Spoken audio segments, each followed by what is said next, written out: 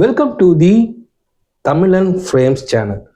So இன்னைக்கு நம்ம பார்த்தோம்னா சம்பவம் அத்தியாயம் 1 அப்படின்ற ஒரு மலையாள படத்தை பற்றி தான் நம்ம இன்னைக்கு பார்க்க போகிறோம்.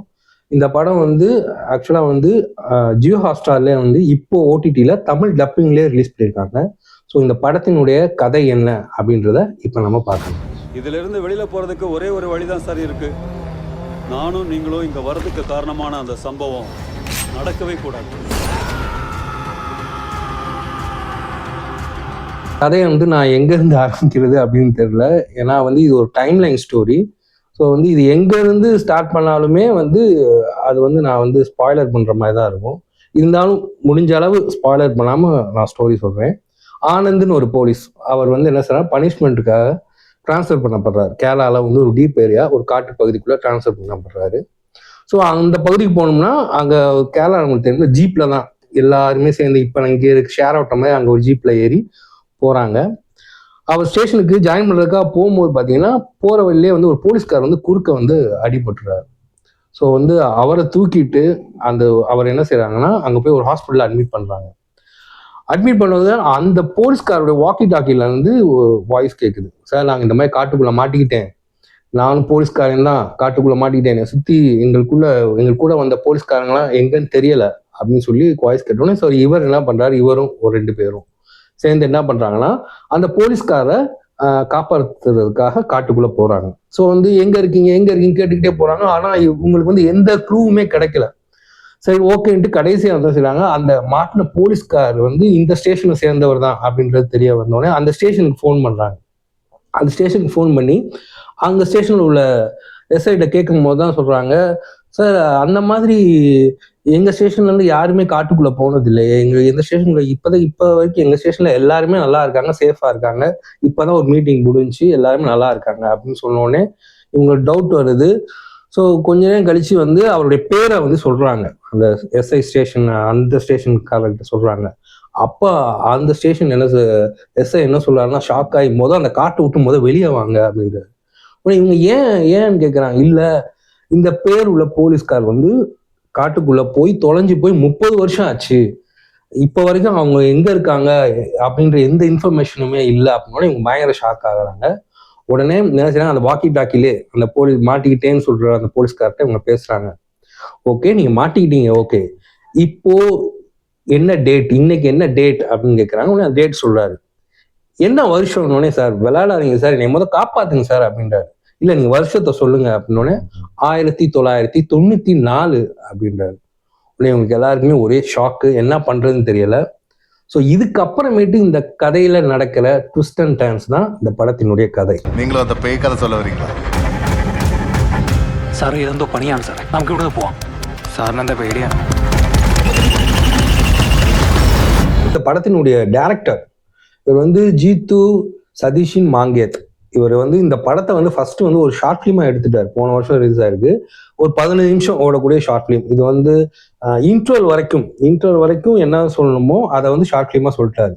செகண்ட் ஹாஃப் ஃபுல்லாமே வந்து இந்த ஃபியூச்சர் ஃபிலிம்காக இவர் எடுத்துக்கிட்ட விஷயங்கள், அந்த ஸ்கிரீன் பிளே தான் இந்த ஃபியூச்சர் ஃபிலிமா நமக்கு கன்மையாயிருக்கு.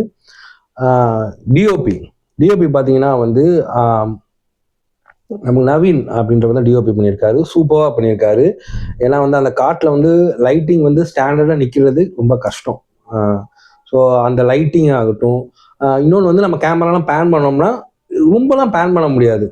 சில இடத்துல மரம் வந்துடும், சில இடத்துல சில டிஸ்டர்பன்ஸ்ல கொடி, இலை, இந்த மாதிரிலாம் வரும். ஸோ இருந்தாலுமே நவீன் வந்து சூப்பராக பண்ணியிருக்காரு. நான் அந்த கேரக்டர்ஸ்லாம் ஃபாலோ பண்ணும் போது நம்மளும் கூட சேர்ந்து ஃபாலோ பண்ணுற மாதிரி ஒரு இமேஜை நம்ம கொடுத்துருக்காரு. ஸோ வந்து நவீனுடைய சினிமா ஃபோட்டோகிராஃபி சூப்பராக இருக்கு. மியூசிக் வந்து காட்வின் தாமஸ் அவர் பண்ணியிருக்காரு. ஸோ த்ரில்லர் மியூசிக்கு வெறும் பேக்ரவுண்ட் ஸ்கோர் மட்டும்தான், சாங்ஸ்லாம் இல்லை. அதுவே வந்து சூப்பராக நமக்கு வந்து சொல்லியிருக்காரு. கரெக்டான விஷயங்கள்ல கரெக்டான இடத்துல மியூசிக், எங்கே கேப் பண்ணணுமோ அங்கே கேப், எங்கே மியூசிக் வரணுமோ அங்கே மியூசிக், அந்த மாதிரியான விஷயங்கள்லாம் ட்ரை பண்ணியிருக்காங்க. எடிட்டிங் பார்த்தீங்கன்னா உங்களுக்கு வந்து அர்ஜுன் பிரகாஷ் அவர் பண்ணியிருக்காரு. ஸோ வந்து அவர் எங்கெங்க கரெக்டான கட்ஸ், சில விஷயங்கள்லாம் வந்து இங்கே பார்த்து ஷாக் ஆவாங்க. அப்புறமேட்டு அங்கே லிட்டரலாக அங்கே காமிக்கணும்ல அங்கே உடனே கன்வே பண்ணுற விஷயங்கள் இதெல்லாம் வந்து கட்ஸ்லாம் சூப்பராக பண்ணியிருக்காங்க. ஏன்னா வந்து இது வந்து ஒரு டைம்லைன் ஸ்டோரினால வந்து கட்ஸ் ரொம்ப முக்கியம். ஸோ வந்து நம்மளை கன்ஃபியூஸ் பண்ணிடக்கூடாது அப்படின்னு நம்ம நினச்சிட்டு இருக்கோம். ஸோ அதை பற்றிய விஷயங்கள் நான் பின்னாடி சொல்ல வரேன். முக்கியமாக வந்து இதில் சவுண்ட் எஃபெக்ட்ஸ் வந்து சவுண்ட் மிக்சிங் அவ்வளோ சூப்பராக பண்ணியிருக்காங்க. அதாவது ஒரு பாம்பு நகர்ல இருந்து ஒரு பூச்சி நகர்ல இருந்து ஒரு இலை அசைகிறது, இலையை மிதிச்சா அந்த சருகு, இந்த சவுண்ட் எஃபெக்ட்லாம் சூப்பராக பண்ணியிருக்காரு விஷ்ணு கோவிந்தன் அப்படின்றவர் தான்.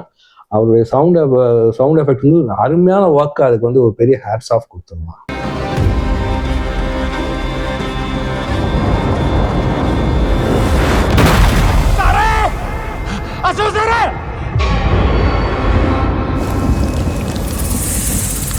ഈ കാട്ടിൽ ഇതിനു മുമ്പും ഇതുപോലെ കുറെ ആളുകൾ മിസ്സായിട്ടുണ്ട്. 1960s എന്തോ ആണ് നമ്മുടെ സ്റ്റേഷനിൽ ആദ്യത്തെ കേസ് റിപ്പോർട്ട് ചെയ്യുന്നത്. ഇവിടെ അടുത്ത് തന്നെ ഒരു പെങ്കൊച്ചായിരുന്നു. നാട്ടുകാർ പറയുന്നത് ഇതിനകത്ത് എന്തൊക്കെ ஒரு படத்துல வந்து ஒரு ஓப்பனிங் சீன் வந்து ஆஃப் ஏ ஓப்பனிங்கா இருக்கலாம், இல்லைன்னா சில சீன்ஸ் வந்து ஆஃப் ஏ ஓப்பனிங்கா இருக்கலாம். இதுல மேக்சிமம் வந்து ஆஃப் ஏ ஓப்பனிங் தான். ஸோ வந்து என்ன ஆஃப் ஏ ஓப்பனிங்காக இருந்தாலும் பரவாயில்ல, அந்த சீன்ஸ் வந்து முழுசாகவும் ஃபினிஷும் ஆகாது, பாதிலே கட்டான மாதிரி இருக்கும். ஸோ வந்து நமக்கு வந்து ஃபர்ஸ்ட் ஹாஃப் பார்க்குற வரைக்குமே வந்து இது என்ன எதை நோக்கி இந்த படம் போயிட்டு இருக்கு அப்படின்றது நம்ம கொஞ்சம் கன்ஃபியூஸாகவே இருக்கும். ஸோ சரி ஓகே செகண்ட் ஹாஃப் பார்த்தோம்னாலுமே அதில் சில சீன்ஸ்க்கு ஆன்சர்ஸ் இருக்கு, சில சீன்ஸ் வந்து கரெக்டாக முடிச்சிருக்காங்க. ஸோ இதனால தான் அப்படின்னு சில ஃப்ளாஷ்பேக் மூலமாக நமக்கு வந்து கன்வே பண்ணுறாங்க. ஸோ அது ஓகே. ஆனால் வந்து பல சீன்ஸ்க்கு வந்து எனக்கு இன்னும் தோணிக்கிட்டே இருக்கு, ஏன் இந்த சீன்ஸ் அப்படின்னு சொல்லி. இன்னொன்று வந்து பார்த்தீங்கன்னா வந்து கடைசியாக கிளைமேக்ஸில் வந்து இந்த ஆனந்த் அப்படின்ற அவர் தான் மெயினான கேரக்டர். அவர் வந்து என்ன செய்வார்னா ஷூட் பண்ணி சூசைட் தற்கொலை பண்ணிக்குவார். பண்ணாருன்னா ஃபர்ஸ்ட் சீனுக்கு டக்குன்னு எந்திரிப்பார்ல, ஸோ அந்த சீன் வந்துடும். நான் எப்படி வந்து இவ்வளவு ஒரு ப்ராப்ளம் இருக்கு, இவ்வளவு டைம் லூப்குள்ள மாட்டிக்கிட்டவர் எப்படி டக்குன்னு அங்க ஃபர்ஸ்ட் ஓப்பனிங் சீன்ஸ்க்கு வந்து எப்படி வந்தாரு அப்படின்னு ஒரு பெரிய கன்ஃபியூஸா இருந்துச்சு. இன்னொன்று என்ன, கிளைமேக்ஸ்ல பாத்தீங்கன்னா வந்து ஒரு புதுவிதமான ஒரு விஷயம் கையாண்டு இருப்பாங்க. என்னன்னா வந்து ஃபியூச்சரு, பாஸ்ட் டென்ஸு, ப்ரெசன்ட் எல்லாமே ஒரே சீன்ல காமிச்சிருப்பாங்க. ஸோ வந்து இது வந்து ஒரு கிளவரான ஒரு விஷயம் தான். இருந்தாலுமே நமக்கு வந்து ஒரு கன்ஃபியூஸ் ஆகுது, என்ன எப்படி அப்படின்னு சொல்லி கன்ஃபியூஸ் ஆகுது. அப்போதான் தோணுச்சு, ஸோ இது வந்து சம்பவம் அத்தியாயம் 1, சம்பவம் அத்தியாயம் 2ல தான் நமக்கு எல்லாமே கன்வே பண்ணுவாங்க அப்படின்றது புரிஞ்சிச்சு. இருந்தாலும் டெக்னிக்கலாக வந்து இது ஒரு நல்ல படம் தான், ஒன் டைம் வாட்ச் பண்ணலாம். ஸோ நல்ல படம் தான். எனக்கு என்னன்னா வந்து இந்த படத்தை பார்த்து முடிச்சுட்டு எனக்கு வந்து சில விஷயங்கள் இன்னும் குழப்பமாகவே இருந்தது. ஸோ ஒரு படம் வந்து ஒரு ஃபுல்லாக பார்த்த மாதிரி ஒரு திருப்தியே எனக்கு இல்லை. ஸோ அது ஒன்று தான் இந்த படத்தினுடைய விஷயமா இருக்கு. ஸோ நீங்களும் ட்ரை பண்ணுங்க, ஓடிடியில் ஜியோ ஹாட்ஸ்டாரில் ரிலீஸ் ஆயிருக்கு. ஸோ நீங்களும் ட்ரை பண்ணுங்க. இப்போ ஒரு சவுண்ட் கேட்கும், இப்போ நீங்க அங்க போனீங்கன்னா அவரை காப்பாற்ற வாய்ப்பு இருக்கு. நீங்க யாரையாவது ஷூட் பண்ண முயற்சி பண்ணீங்கன்னா எக்காரணத்தை கொண்டு ஷூட் பண்ணாதீங்க. இது எல்லாமே முதல்ல இருந்து ஆரம்பிக்கும். ஓகே நேர்களே, நம்மளுடைய தமிழன் ஃப்ரேம்ஸ் சேனலில் வந்து ரிவ்யூ பார்த்துருக்கீங்க. ஸோ இன்னும் வந்து மூவி ரிவ்யூ ஆகட்டும், இல்லைன்னா வந்து நாங்கள் ஃபுட் ரிவ்யூ, இந்த மாதிரி சோஷியல் அவேர்னஸ், இந்த மாதிரி விஷயங்கள்லாம் நானும் என்னுடைய கசின் தமிழ் அப்படின்றோம், நாங்கள் 2 பேரும் சேர்ந்து தான் இந்த சேனலை ரன் பண்ணிட்டு இருக்கோம். ஸோ வந்து பல விஷயங்கள் இதை பற்றி நாங்கள் இன்னும் பல விஷயங்கள் சொல்லலாம்னு இருக்கோம். ஸோ எங்களுக்கு தொடர்ந்து சப்போர்ட் பண்ணுங்கள், சப்ஸ்கிரைப் பண்ணுங்கள், லைக் பண்ணுங்கள். தேங்க்யூ. ஜெய் ஹிந்த்.